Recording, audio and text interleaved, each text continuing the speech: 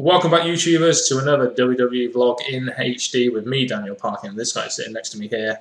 It's NJ! What's up? What's up, NJ? What's up to you guys out there? We are collectively the British Fist. Bam! But before we start this video, make sure you subscribe up above if you want to see more videos from us. Like the video if you like what we're talking about, and comment your thoughts on this video down below.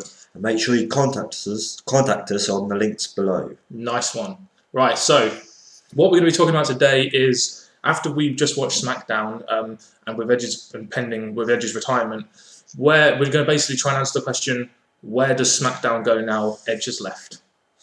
Well, I think one of the main things we're going to see is certain wrestlers are going to be getting the push, because obviously at the moment, with Edge out the way, the card is not going to be as full, maybe not as full as it would have been with Edge still there. Yeah, and of course the problem at the moment is you only really have two guys that are in the main event scene at the moment. You have Christian, who's the face, and you have Del Rio, who's the heel. And with the roster being very thin at the moment, it's quite hard for them to fill the show, never mind filling their main event roster. But like you say, you know, we have Edge, who's gone out. We need another face in there, so maybe they could bring another face through from SmackDown mid-card. Oh, one thing I was thinking is, when we first thought of this, I was thinking, who would be good back in the main event? Definitely. And the one person I thought, well, there's two. One being Kane, because he was up there against Edge in the past, and the other one's Wade Barrett, because basically from what we saw him on Raw, we can actually see that he could be in the main event on SmackDown. I mean, when he was with Nexus, he was definitely a credible main eventer. Could he be this credible main eventer with the core, or do you see him branching out from the core and becoming, say, a babyface of some sort of challenge for the title? I see, because Raw, he was in main event with Orton, Cena. I think here, when he branches out the core, I think he'll make his way to the top. He deserves it. I think Wade Barrett is an example of one of those guys who, you know, he's not getting booked as he should be. I mean, at the moment, he's part of a faction which he probably should be the leader of, because he is the top guy out of that leader, out of that group of people.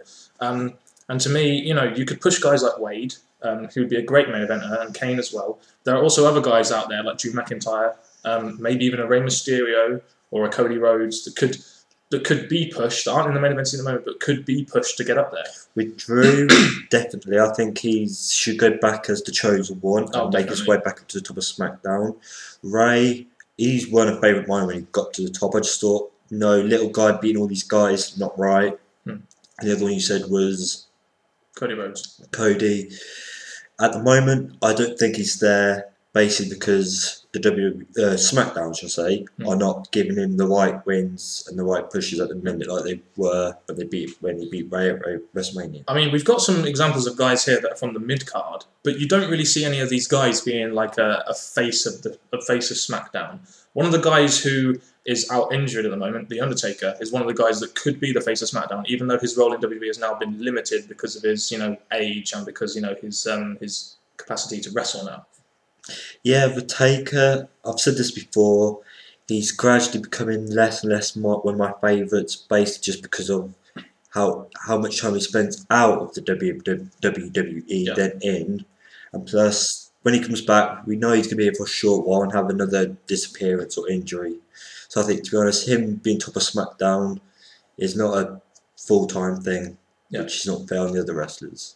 I think so too, and I think this mid card that SmackDown have got, they've got a very good mid card. They've got very good wrestlers like Cody and Drew and Wade, even people like Big Show and Kane, that could fill that void that Edge has left. The only trouble is you need to turn these guys babyface or face if you're going to have them fulfill that role, because you've got Del Rio and you've got, you know, there's, I mean, what other heels are there on SmackDown or faces? There's a whole lot of core, and I think, if any of them were to turn face, it'd be Wade. We have Kane, who keeps slipping from heel to... Kane would be better as a heel, I think. Yeah, he should be back there. A Big Show too. We have Cody and Ray. Ray, who's can't really be a heel. And we have Cody, who could, I think, could be both. But he's more better as a heel. Yeah. So it really does bring into this equation now. Do you go and push one of the mid-carder guys, or do you turn a guy like Wade Barrett or Drew McIntyre, or do you turn them babyface to fulfill that big, you know, face that they have not got on SmackDown now? Well, I think SmackDown could do something that Raw doesn't do, which is push more mid-carders up a bit. Yeah. They're starting to on Raw, but I think SmackDown could be the first one to actually do it faster. Yeah, I mean, Raw at the moment has a lot of upper mid-carders like John Morrison, Sheamus, guys like that who could be in the main event scene, but just aren't there yet. Yeah. I think if SmackDown, I mean, even a guy like Jack Swagger, I mean, we've seen that he didn't have a very good Money in the Bank run, but even a guy like Jack Swagger could, at least be pushed. I mean, at the moment, we've seen him turning on Cole, and if he does that, he could really be a credible babyface. Because we've seen Swagger as the World Heavyweight Champ before, and to be honest, he held it for a while. They let him hold it, which was good. Yeah.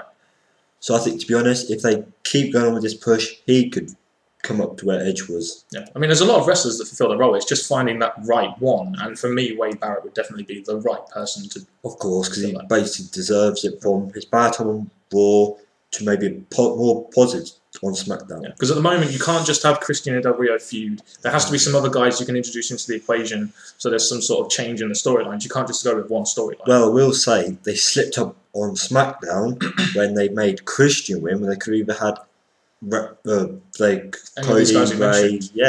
have had anyone. And the problem with Christian and Del Rio is Christian has never had a world championship before, so you can't really see him as a viable champion. And Del Rio, his push has been stopped, so you can't really see him as a viable champion anymore. So you've got this void on SmackDown where you've got people on there that haven't really been a champion, so you've got no real credible champion there, unless, which is an idea that a lot of people are thinking of, you bring a guy over from Raw that's a credible face that can fulfill that top guy role on SmackDown. But with this Edge Christian and Alberto deserves it because basically he's number one contender and he won the Royal Rumble. Yeah. Christian, well, at first I thought Christian, no, he can't win because he hasn't had that build-up with Edge. He hasn't had a rivalry with Edge or a fallout with Edge, so it wouldn't have worked. But now Edge is out of the way, I think, to be honest, Christian could win this because he's had a big rivalry with Alberto.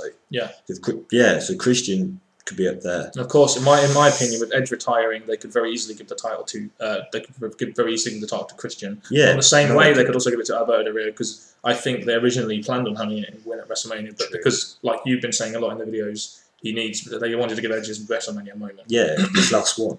Do you think they could bring over someone from Raw, like even a mid-carder, or or do you think it would be more like a Cena or an Orton? Well, I think it'll be a Cena or Orton because Raw needs their mid-carders to give them the push on Raw. So I think it'll be Cena or Orton.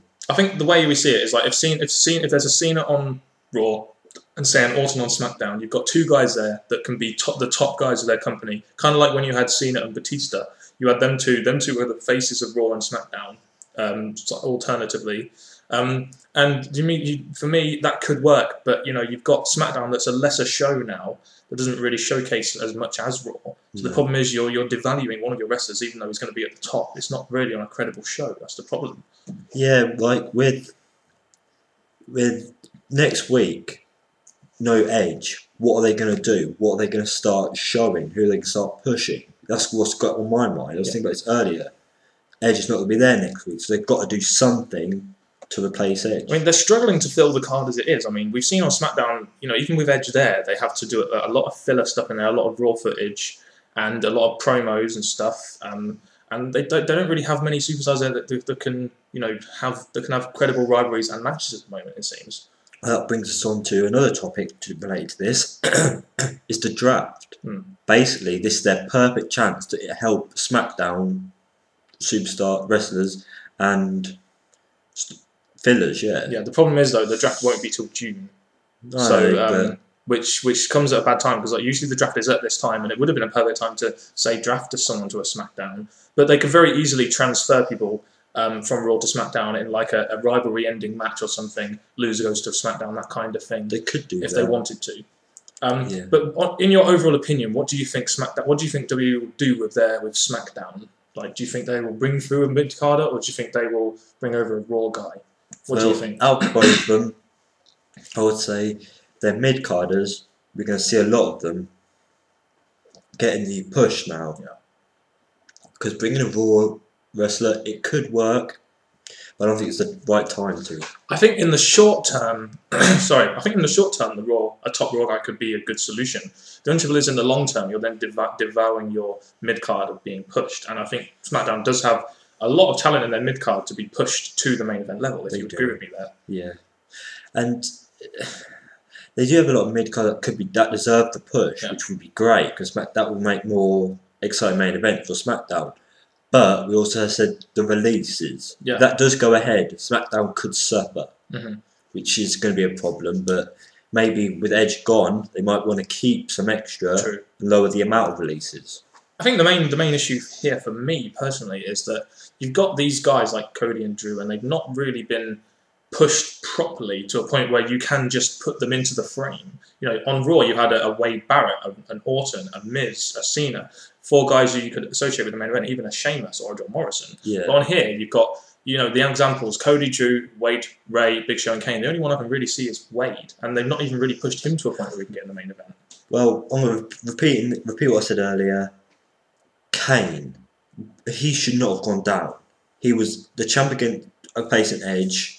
He lost it to Edge, and I think, to be honest, Kane should have stayed, getting rematches or in the main events.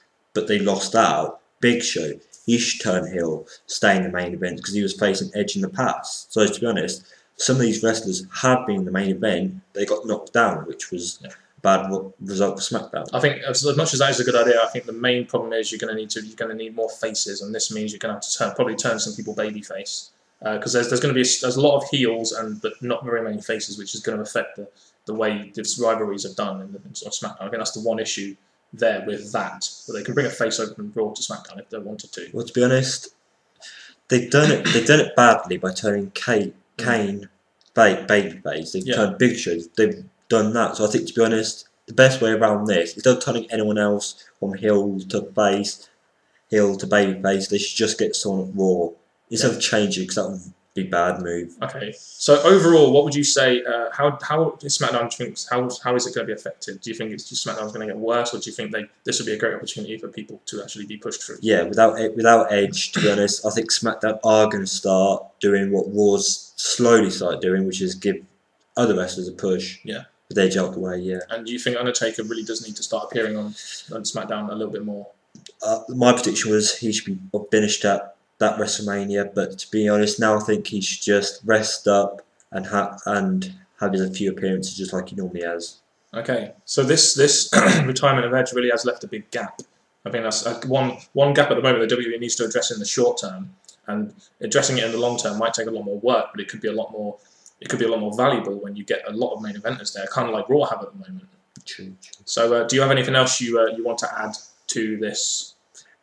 No, I'm just looking forward to see what they do in the next couple of weeks now, leading up to Extreme Rules. Yeah, that will be a sort of deciding point. I mean, we know they're going to have Alberto and Christian.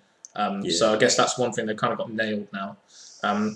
So yeah, it will be interesting to see what they're going to do. I really would like to know what they're going to do, if I'm honest. Yeah, there's a lot of things they could do. We've named some in this video, so it's just about to see if WWE or SmackDown have agreed with what we've said, or they've got the same idea. At the end of the day, it's just whether they want to do a long-term solution or a short-term solution, and both of them have their positives, but both of them also have their negatives as well, as we've said in this video. Yeah, so the main thing we said is that give more superstars, wrestlers pushes, and maybe think of looking at the Raw roster and bringing them over. Yeah. Okay, is that all we have to say? That's it. Okay then, so what do you guys think? What do you think SmackDown, what do you think WWE are now going to do with the roster on SmackDown? Do you think they're going to bring over a Raw guy or push a mid-carder? We would love to hear your thoughts. If you want to give us your thoughts, put them in the comment section below. Or alternatively, if you want to, send us a video response. We always look at video responses and approve them. So that's pretty much it from us. Pretty much been it from us. We are the British Fist. I love doing this, NJ. There we go. We are the British Fist, and we will stop there and say goodbye.